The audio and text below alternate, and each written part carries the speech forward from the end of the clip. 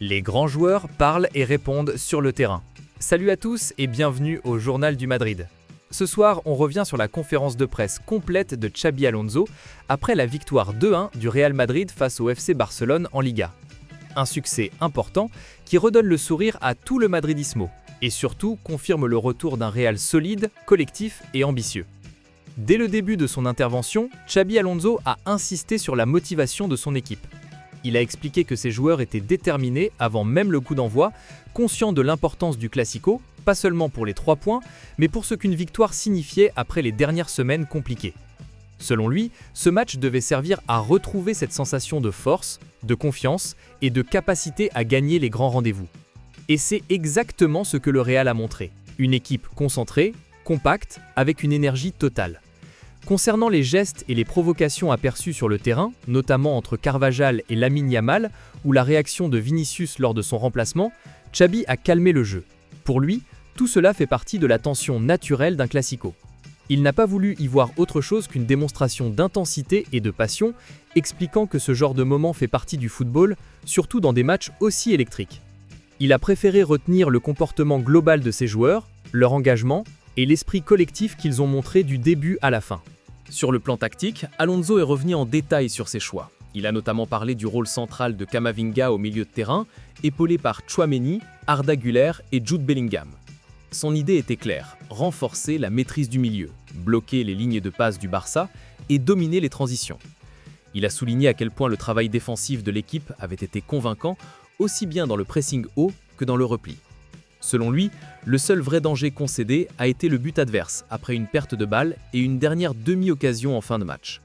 En revanche, le Real a su se créer plusieurs opportunités, dont un penalty, preuve que le plan de jeu a été respecté à la perfection. Xabi Alonso a également pris le temps d'évoquer le rôle du public. Il a décrit le Bernabéu comme un volcan de passion, parlant d'une connexion très forte entre l'équipe et les supporters.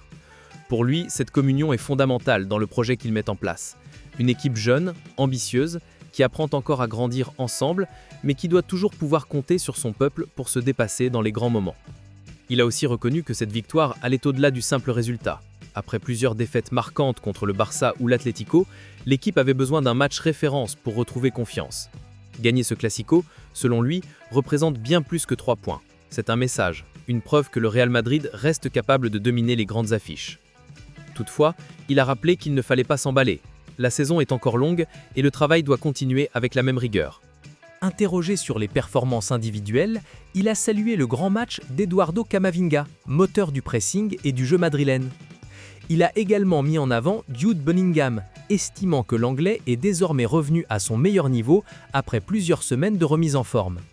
Selon Xavi, Jude est un joueur d'instinct, de sensation, qui a besoin de se sentir connecté au jeu et à l'équipe. Et ces derniers matchs montrent qu'il est à nouveau dans une dynamique exceptionnelle. Lorsqu'on lui a parlé du caractère parfois explosif de Vinicius, le technicien a répondu avec beaucoup de sérénité.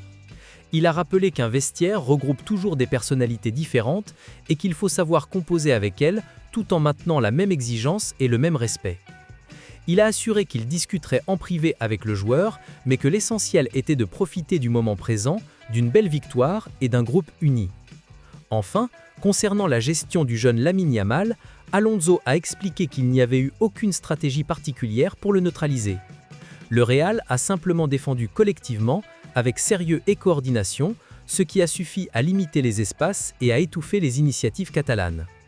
En conclusion, Xabi Alonso a transmis une image d'équilibre et de lucidité. Fier du travail de ses hommes, conscient des progrès accomplis, mais déterminé à garder le cap. Calme, mesure, profiter et continuer, voilà ses mots d'ordre. Ce Classico marque donc une étape importante dans la saison du Real Madrid. Une victoire de prestige, une confirmation tactique et mentale, et le sentiment que le projet de Xabi Alonso avance dans la bonne direction. Le Real Madrid a dominé le Barça du début à la fin. Victoire 2-1, certes, mais avec un pénalty raté, 3 buts annulés et de nombreuses occasions dangereuses. Match très complet où l'on voit que chacun court pour son coéquipier. Pedri aurait dû voir la rouge plus tôt dans le match et 2 pénaltys n'ont pas été sifflés. Sans faire main, le Real Madrid n'a jamais vraiment été inquiété. Le but marqué par le Barça provient d'une erreur du Real Madrid. Passons maintenant aux notes des joueurs. Courtois a fait un match correct, mais il n'a eu aucun arrêt décisif à effectuer. Valverde, pour moi, a fait un match exceptionnel, présent offensivement et défensivement, il a totalement annulé Rashford. Son appel sur le flanc droit a permis d'ouvrir la voie pour le premier but. Je lui mets toutefois un 7 car sur le but du Barça, il a mis Güler dans une situation dangereuse. Militao a été le patron de la défense, match ultra solide et excellente remise pour le but de Bellingham. Olsen a eu un début de match fébrile mais il s'est bien repris, quelques relances et changements d'orientation intéressants, mais match moyen dans l'ensemble, tout à fait normal après un retour de blessure. Carreras a été exceptionnel défensivement et a totalement annulé Lamine Yamal en le cherchant partout sur le terrain. En revanche, avec le ballon, il a tenté 2 ou 3 dribbles risqués qui ont permis au Barça de se projeter dangereusement. Tchouaméni a été très fort, défensivement impérial, jouant parfois dans une défense à 3 et offensivement, il a offert une balle de but à Mbappé. Camavinga a aussi fait un match remarquable. Il a bien muselé Baldé sur le côté droit, empêchant tout dédoublement tout en permettant un pressing haut. C'est d'ailleurs de cette manière qu'est arrivé le penalty. Bellingham a été pour moi le meilleur madrilène sur le terrain. Présent dans toutes les phases du jeu, son action sur le premier but rappelle tout simplement un Zinedine Zidane à son prime. Il a encore fait preuve d'opportunisme sur son but. Arda Güler a été clairement le moins bon madrilène sur le terrain. Match très discret et une erreur impardonnable sur le but encaissé. C'est la deuxième fois que cela se produit de cette manière par sa faute.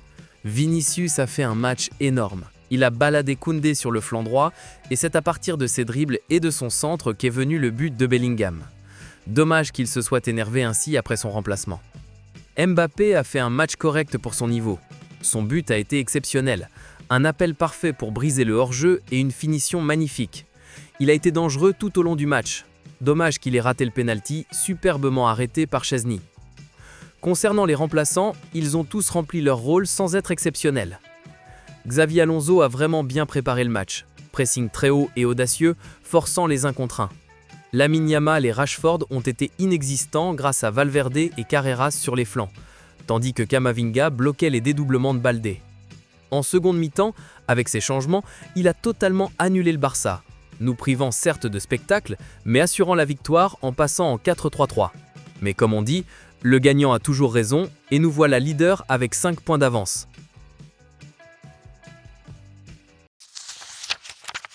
C'est tout pour cette vidéo, n'oubliez pas de vous abonner pour soutenir la chaîne, activer la cloche des notifications pour ne rien manquer, le petit pouce bleu, vos commentaires et je vous dis à très vite pour une prochaine vidéo.